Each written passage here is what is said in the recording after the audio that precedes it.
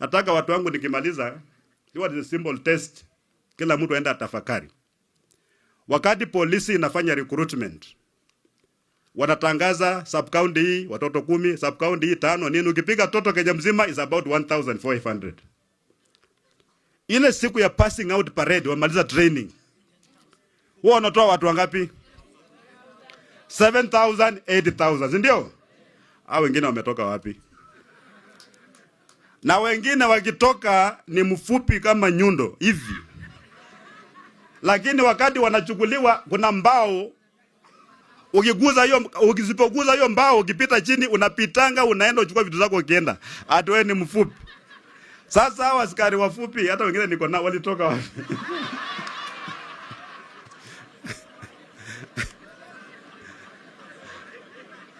Wale watu ambao wanafuata, maana sisi kama Kitale, kama Bungoma, kama Viga, kama Busia, kama Kakamega, ile imetangazwa ndio tunapata tu. Kama ni 20 ni hiyo. Lakini kuna mtu ambaye nafasi zetu zimefichwa ambao tunataka tupate kama 500, lakini tunapatia 20 ili mtu mwingine aenda ajaziwe. Let me tell you, kama nyinyi mnapata nafasi nyingi kuliko wengine, you have stolen from some innocent community. That is the reality. Meiba, you have stolen. Like today tukiambia serikali ya Kenya itangaza ile majina walimu wa JSS ambao chukule wote waweke kwa gazeti wote, it will cause a revolution.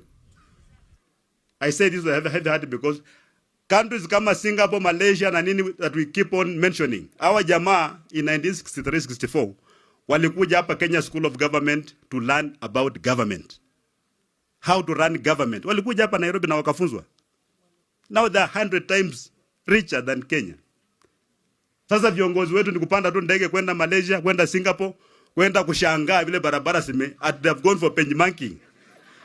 You know they go for benchmarking for 2 weeks, when they come back hakuna hata report. Wako tuna mapicha kwa simu.